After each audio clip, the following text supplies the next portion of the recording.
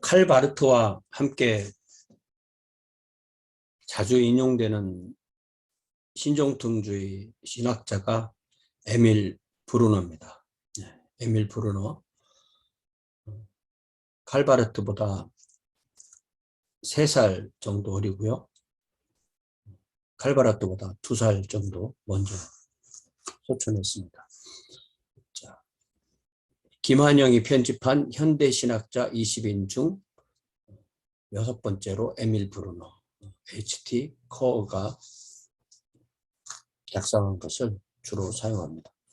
독일어를 사용하는 스위스의 고도 취리, 지금부터 450여 년 전에 츠빙글리가 종교 개혁을 선도한 곳이었고, 하지만 오늘에 이르러서는 에밀 브루너의 이름을 필연적으로 연상하게 하는 곳이다. 얘기하죠. 비록 브루너는 1889년 12월 23일에 출생하여 그의 고향 취리히에서 대부분을 보냈지만 한 곳에 머물러 있기를 더 좋아하는 바르트와 달리 브루너는 언제나 여러 곳을 여행했습니다. 취리히와 베를린, 뉴욕에서 공부했고 스위스 농촌교회에서 목사로 사역했고 미국에서 교수 생활도 했습니다. 그리고 1953년에는 일본 도쿄에 새로 설립한 국제기독교대학에 갔었고, 그렇지만 건강 때문에 2년 후에 사퇴하고 고향인 취리히로 돌아옵니다. 간략한 삶의 여정이죠.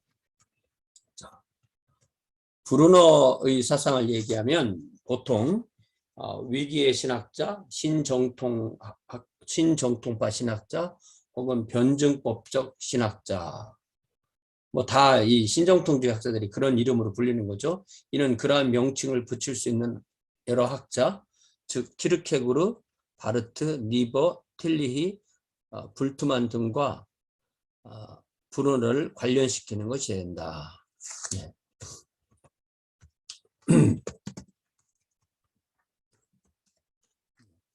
키르케고르, 바르트, 네. 니버는 이제 미국 신학자, 틸리히도 보게 될 것입니다. 자, 그러나 이들 학자와 마찬가지로 브루너는 어느 한 범주 안에만 속하 있는 것은 아니다. 그래서 우리가 누구를 어떤 범죄에 딱 가두어 둬서 그 사람은 이런 사람이야 이렇게 말하는 게 그렇게 쉽지 않은 거죠. 생각보다 쉽지 않은 겁니다. 아주 보수적이고 전통적인 사상가는 특히 브루너의 성서 계시에 대한 이해를 비판하여 브루너를 너무 과격하다고 생각한다. 이게 이제 신정통주의 학자들에 대한 보수적인 학자들의 입장에서 그들은 성경과 하나님의 말씀을 구분하는 게 그런 경향이 있으니까 그런 면에서 과격하다고 생각하죠. 이와 반대로 자유주의 사상가는 브루너는 너무 보수적이고 또 제한적인 성서주의와 교리주의에서 벗어나지 못한다고 믿고 있습니다. 자유주의 사상가들은, 자유주의 신학자들은 오히려 인간 중심이다 보니까 그 사람 너무 보수적이야 이렇게 생각한다는 거죠. 이게 바로 신정통주의 위치입니다. 이처럼 브루너를 관찰하는 출발점에 따라서 브루너는 이렇게 보이기도 하고 저렇게 또 보이기도 하는 것입니다. 그러니까 이게 제가 늘 설명하지만 이 신학의 스펙트럼이 가장 보수를 제로로 하고 가장 진보를 100이라고 하면은 자기가 어디에 서 있느냐에 따라서 그 자기보다 좌측에 있으면 거기를 보수라고 하고 자기보다 우측에 있으면 거기를, 그러니까 자기보다 우측에 있으면 그걸 보수라고 하고 자기보다 좌측에 있으면 그걸 진보라고 그렇게 부르는 경향이 있다는 것입니다. 그러나 이처럼 그의 계통을 논하고 그에게 명칭을 붙이는 것이 과히 중요한 일이 아니라고 말합니다. 더 중요한 것은 브루너가 자신의 신학적 과제와 책임을 어떻게 이해했는가를 아는 것이고 또 어떻게 그의 많은 저서와 논설 가운데서 오늘날 기독교 복음이 가지고 있는 의의에 대해서 해석했는가를 살펴보는 것이다. 에밀 브루너. 그의 저서 가운데 어떤 것은 평범하고 주의적인 것이 있는데 27년에 기독교에 관한 교의 연구소 중에 중보자, 메디에이터를 낸 이후 브루너는 기독교 신앙에 대한 주요 교리를 재검토하고 재해석하는 일에 몰두합니다.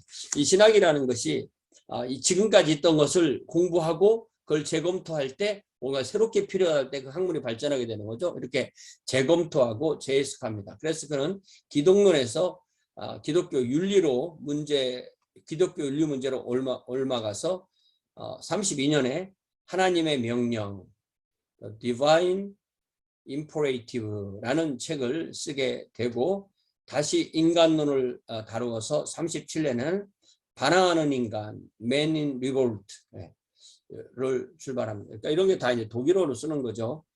그리고 1년 후에는 하나님과 인간의 만남, Divine Human Encounter에서 그의 신학적 중요한 견해를 전개했고 성서에 대한 새로운 견해를 중심으로 신정통주의 입장과 많은 논쟁을 거듭한 후 1941년 계시와 이성이라는 큰 책을 저술했어요.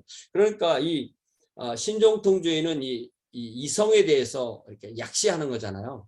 그런데 이 브루너와 바르트만을 비교하면 바르트는 일반 계시를 거의 무시했는데 브루너는 그 일반 계시를 무시하면 안 된다. 이런 일로 둘이서 많은 그러한 대화를 하게 되고 논쟁까지 하게 됐던 것입니다. 우리가 일반 계시가 구원의 주체는 될 수 없죠. 당연히. 그렇지만 일반 계시라는 하나님의 구원의 대상인 우리 자신을 제거한 그런 신학은 존재할 수가 없는 거죠. 자, 그가 이미 저술한 것을 체계화하고 거기에 더 첨가하여 교의학이라는 세 권으로 된 조직신학서를 이제 출간하게 되는데요. 일부는 기독교의 하나님 교리, 크리스찬 닥트린 오브 갓, 2부는 기독교의 창조와 속죄 원리, 더 크리스찬 닥트린 오브 크리에이션 앤 리뎀션. 그러니까 우리가 이 창조와 재창조 이렇게 이해를 하는 거잖아요. 처음에 삼위일체 하나님이 세상을 창조하시고 이제 성자 예수께서 죄로부터 우리를 구원하시면서 죄와 그 결과인 이 둘째 사망 지옥으로부터 우리를 구원하시면서 우리에게 예수님의 형상으로 다시 창조하는 재창조. 요게 창조와 재창조, 창조와 속죄교리 요거에 관한 글을 쓰고 그리고 3부는 기독교의 교회 믿음 그리고 완성교리 The Christian Doctrine of the Church, Faith and Consummation을 구성합니다. 그러니까 이게 46년에 1부, 49년에 2부, 62년에 3부. 그래서 이게 성부, 성자, 성령 요 구조로 되는 것입니다. 교회론과 성령론은 뗄 수가 없는 거죠. 그리고 이분은 이제 그 종말 끝, the end 이렇게 보지 않고 완성, the consummation 이렇게 본 것입니다. 브루너가 이게 바르트 얘기하다 보니까 브루트 이렇게 나오네요. 브루너가 이러한 신학적이고 문학적인 저작 활동 가운데서 주로 시도했던 것은 무엇이냐? 그의 견해의 요점은 브루너 자신이 사용하는 선교신학, 미셔너리 디알로지라는 말 가운데 모든 것이 드러난다는 거죠. 선교에 몰두하고 또 그것을 내용으로 하는 신학은 기독교의 교의 혹은 교회의 신학, 때로는 변증론이라고도 하기도 하고 브루너가 쟁론이라고도 부르는 특수화된 관심을 신중히 결합한 신학이다. 그러니까 이게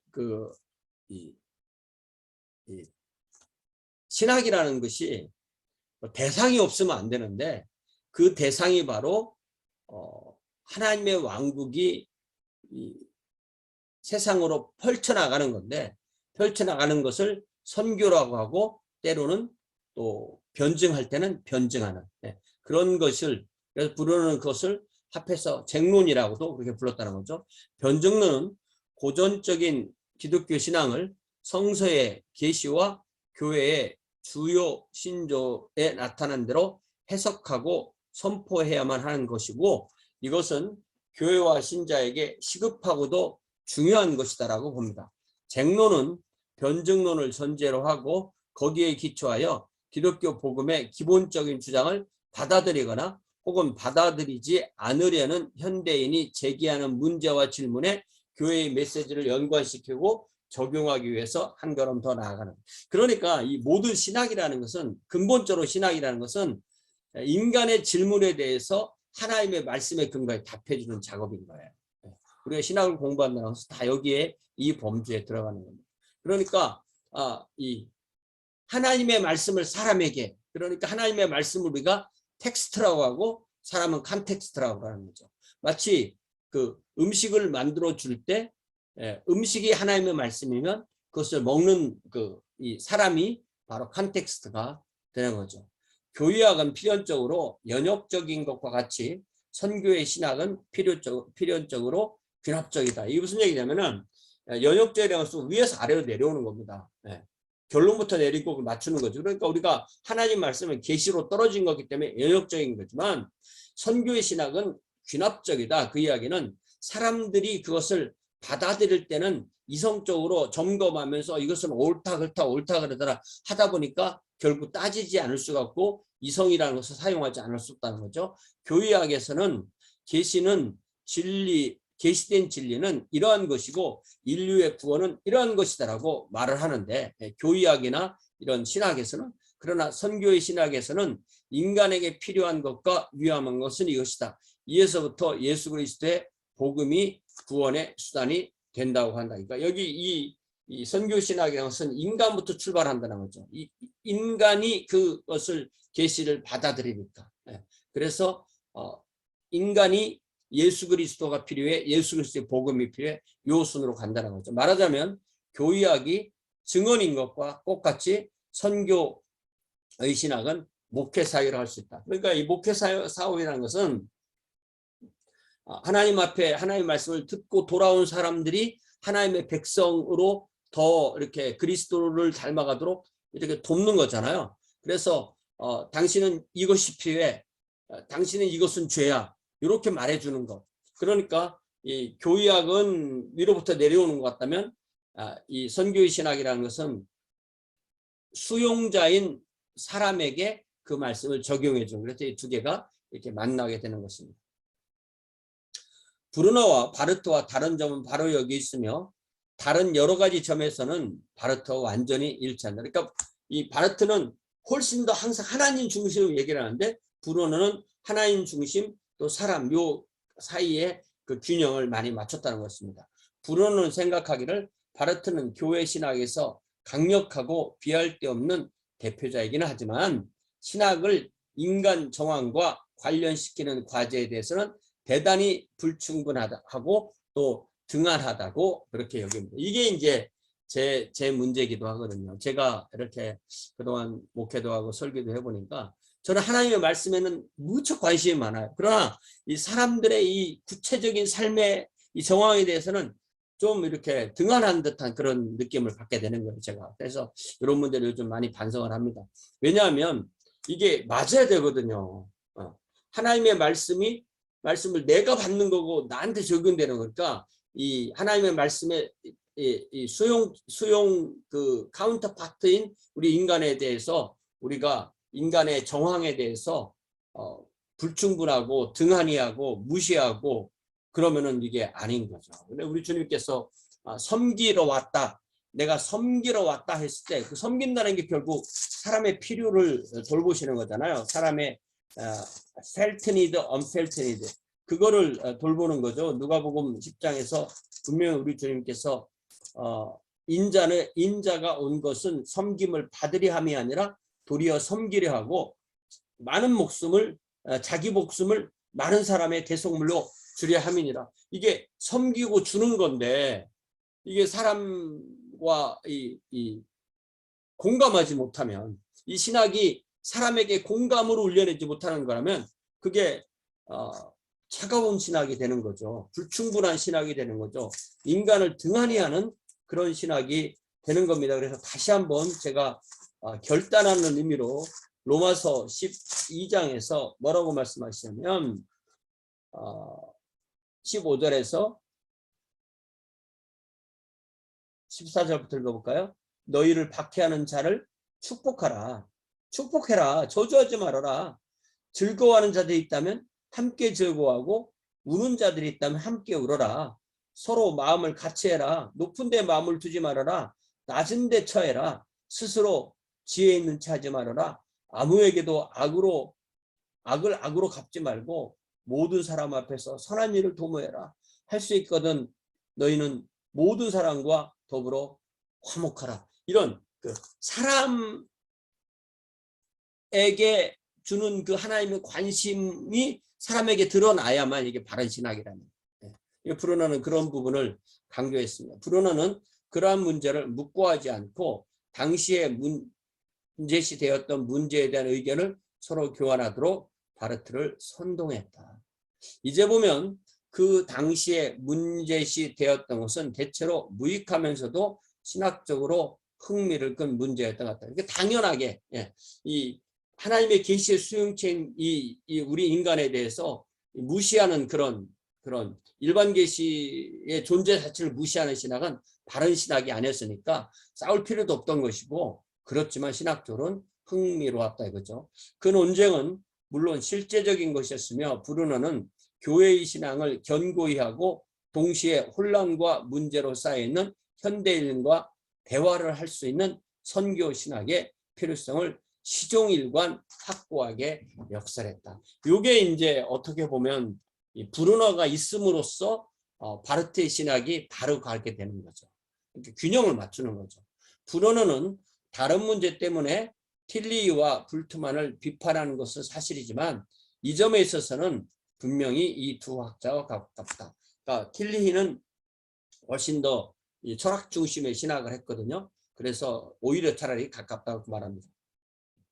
그러나 바르트는 거의 혼자서 곧장 아마도 오래전에 자기 자신이 내세운 주장을 되풀이했다고 봅니다. 이것은 또한 옳거나 그러거나 간에 미국 신학자가 바르트보다 브루너의 말을 더 잘 들으려고 했던 한 가지 이유가 된다. 브루너가 정든 고향 취리를 떠나 일본으로 갔을 때 각처의 그리스도인이 감격했던 이유가 된다. 이만큼 낮아지는 것, 섬기는 정신, 또 선교의 정신, 그것을 삶으로 살아냈다는 거죠. 이게 브루너가 존경받는 부분입니다. 브루너의 신학에는 여기에서 상세히 설명할 수 없으나 꼭 말해야 될 주요한 특징이 또 하나가 있는데, 예를 들면 브루너는 자아의식적인 개혁과 선교 신학자다. 지금 말한 것 같은 거죠. 왜냐하면 단순히 개신교 신학이 가톨릭과 더불어 많은 문제를 취급하는 이유 때문이 아니고, 성서는 하나님의 말씀이요 그리스도 중심 하나님의 통치, 인간의 죄, 믿음으로 말미암아 의롭다함을 얻는다는 것과 같은 종교개혁의 적극적 직관을 강조하기 때문이다. 그러니까 이 사람은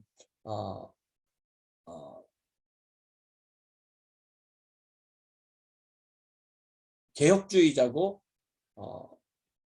신교신학자다. 이게 신교일까 선교일까? 신교신학자, 개신교신학자다 그런 말인 거죠. 네.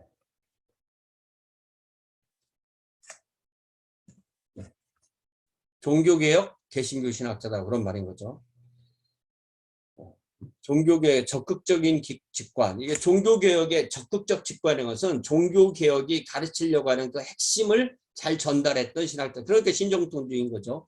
브루너는 종교개혁을 교회사에서의 구분선으로 보기 때문에 종교개혁자들의 신학을 형식화하고 그들의 독창적인 힘을 고정한 17, 18세기 종교개혁 이후의 신학자들을 철저하게 비판했다. 그러니까 이런 거죠.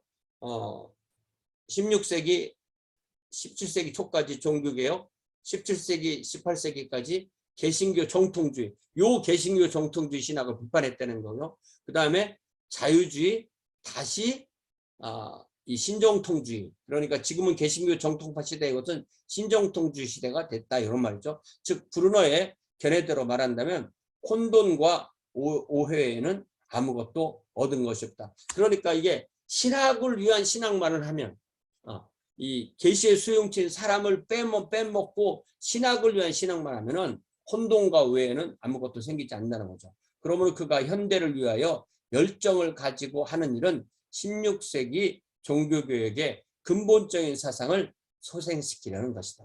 그러니까 이게 신학이라는 것이 이렇게 오늘날이 종교개혁 시대보다 하나님께 더 안 가까울 수가 있다는 거예요. 이게 시간이 계속 흐르면 더 가까워져야 되는데 그렇지 않기 때문에 종교개혁 시대 때 관심 가졌던 부분을 오늘날 다시 소생시키는 것. 이게 신학자의 사명인 경우가 많다는 것입니다. 그래서 우리가 이 기독교가 무엇인가는 초대교회에서 정의가 됐는데 이 종교개혁을 통해서 교회에 다양한 생동한 것이 거기 살아났기 때문에 그것을 다시 강조해 주는 것이 신학자의 중요한 임무가 되는 것입니다. 또 그와 같은 이유로 브루너는 기독교 복음의 특이성을 모호하게 만들어서 종교개혁 신학을 약화한 19세기 개신교 자유주의도 똑같이 당연히 비판받아야죠. 기독교의 특징은 종교개혁 신학의 특징은 하나님의 주권이고 하나님의 은혜잖아요. 하나님의 은혜, 하나님의 주권, 예수 그리스도의 구원자, 또 성경 이런 것을 다 약화시키고 인간으로만 가. 그러니까 하나님을 강조하면 보수가 되고 인간을 강조하면 자유가 되는데 그것이 종교개혁에서 딱 균형이 맞았는데 이 개신교 정통주의에서 너무 하나님 중심으로 가고 자유주의에서는 정반대로 너무 인간으로 가게 되고 그래서 이것이 칼바르트에서 다시 하나님 중심으로 가는데 브루노는 그걸 다시 또 하나님과 인간을 이렇게 다시 잘 만나도록 해준 사람이 브루노다. 이렇게 이해를 하면 좋겠습니다. 브루노는 교회와 교회의 신학이 성서를 하나님의 말씀이라고 단정하고 그 밑에서 늘 개혁 과정이 있어야 한다는 의미에서 역시 개신교 신학자이다. 신학은 결코 최종적인 형태로 결정될 수는 없으며 매 시대에 재형성되어야만 합니다. 이게 바로 우리가 공부를 하는 이유고요. 이게 바로 그 시대에는 그 시대의 조직신학이 있어야 되는 거예요. 그게 우리가 예를 들자면 지금 2022년인데 그럼 우리가 2000년대 신학이라고 해서 1900년, 1800년, 1700년 그런 신학이 필요 없다는 게 아니라 오늘날에는 오늘날의 조직신학을 다시 씁니다. 그러나 그 다시 쓸 때 그 옛날을 반영하게 되고 오늘날의 강조점을 다시 쓰는 거예요. 그래서 우리가 조직신학이 예를 들자면 로마 가톨릭하면 토마스 아퀴나스 그 이상 조직신학을 안 씁니까? 그렇지 않죠. 예를 들자면 칼바르트 이후로 조직신학 안 씁니까? 그렇지 않습니다. 매 시대에는 매 시대의 조직신학이 필요하고 매 시대에 그 조직신학을 쓰는 조직신학 학자가 있다는 것입니다. 그리고 신학의 규범이며 내용이 되는 성서에 계시는 종교적인 신조 산문집이 아니고 예수 그리스도 가운데서 하나님 자신을 나타낸 것이다. 그러니까 하나님, 예수 그리스도, 성경 이것을 일치시키는 것입니다. 그러면 기독론 즉 그리스도에 관한 교리가 핵심이 되는 것이 기독교이다. 왜냐하면 그것에 의하여 다른 모든 교리를 이해하고 해석하기 때문이다. 그러니까 예수를 누구라고 고백하는 것 이것이 기독교의 신앙과 신학의 핵심이 되는 거예요. 그래서 우리 주님께서 베드로에게 가이사랴 빌립보에서 주셨던 베드로와 그의 제자들에게 그 외 제자들에게 주셨던 그 질문이 그런 면에서 핵심이 되는 겁니다. 예수께서 가이사랴 빌립보 지방에 이르러 제자들에게 물어 이르시되 사람들이 인자를 누구라. 그게 중요한 게 아니라는 거죠. 세상이 뭐라고 말하는 게 중요한 게 아닌 거죠. 네가 나를 뭐라고 고백하느냐 이거죠. 15절에 이르시되 너희는 나를 누구라 하느냐. 시몬 베드로가 대답하여 이르되 당신은 이게 주가 아니죠. 당신은 그리스도십니다. 그리고 하나님의 아들이십니다. 그 하나님은 살아계십니다. 그러니까 살아계신 하나님이 아들이 사람으로 오신 분이 당신입니다. 당신은 이 세상의 구세주이십니다. 라고 고백한 거죠. 그래서 예수에 대한 그리스도에 대한 교리가 신학의 핵심이고 그것에 의하여 다른 모든 교리를 이해하고 해석하게 된다고 강조했습니다. 이것은 그리스도에 대한 그의 확신을 기술한 중보자라는 저서의 주제입니다. 또한 그의 교의학에서 그리스도 중심의 문제를 좀 더 자세하게 설명합니다. 이것이 바로 신학의 이유죠. 신학의 이유라는 것은 그리스도를 제시하는 거예요. 그러므로 계시, 하나님, 창조, 인간, 죄, 구원, 선택, 교회, 그리스도인의 소망에 대한 교리. 이게 이제 조이신학이 흘러가는 그 챕터가 흘러가는 이 주제가 흘러가는 흐름이잖아요. 이런 교리는 하나님이 그리스도 안에 계셨다는 사실, 즉 그리스도는 하나님이 인간에게 말씀하시려 하시는 분이라는 중심 신념에서 그 모든 것이 검토된다. 그러니까 이 기독교 이 복음을 핵심을 얘기하자면 결국 그리스도 안에 가서 하나님을 만난다. 요거죠. 그래서 우리가 예를 들면 고린도후서 5장 19절 곧 하나님께서 그리스도 안에 계시사 세상을 자기와 화목하게 하시며 그들의 죄를 그들에게 돌리지 아니하시고 화목하게 하는 말씀을 우리에게 부탁하셨느니라. 그러니까 우리가 세상인데 우리가 성령의 인도로 그리스도 안에 들어가면 그 그리스도 안에서 하나님과 화해하게 되고 우리가 교회가 되고 교회가 돼서 다시 또 화목하는 말씀을 세상에 가서 전해서 그들을 다시 교회로 데리고 들어. 이것이 바로 기독교의 핵심이고 그것이 바로 하나님이 예수 그리스도 안에서 인간에게 주신 그 복음의 핵심이라고. 이거 뭐 너무너무 당연한 거죠.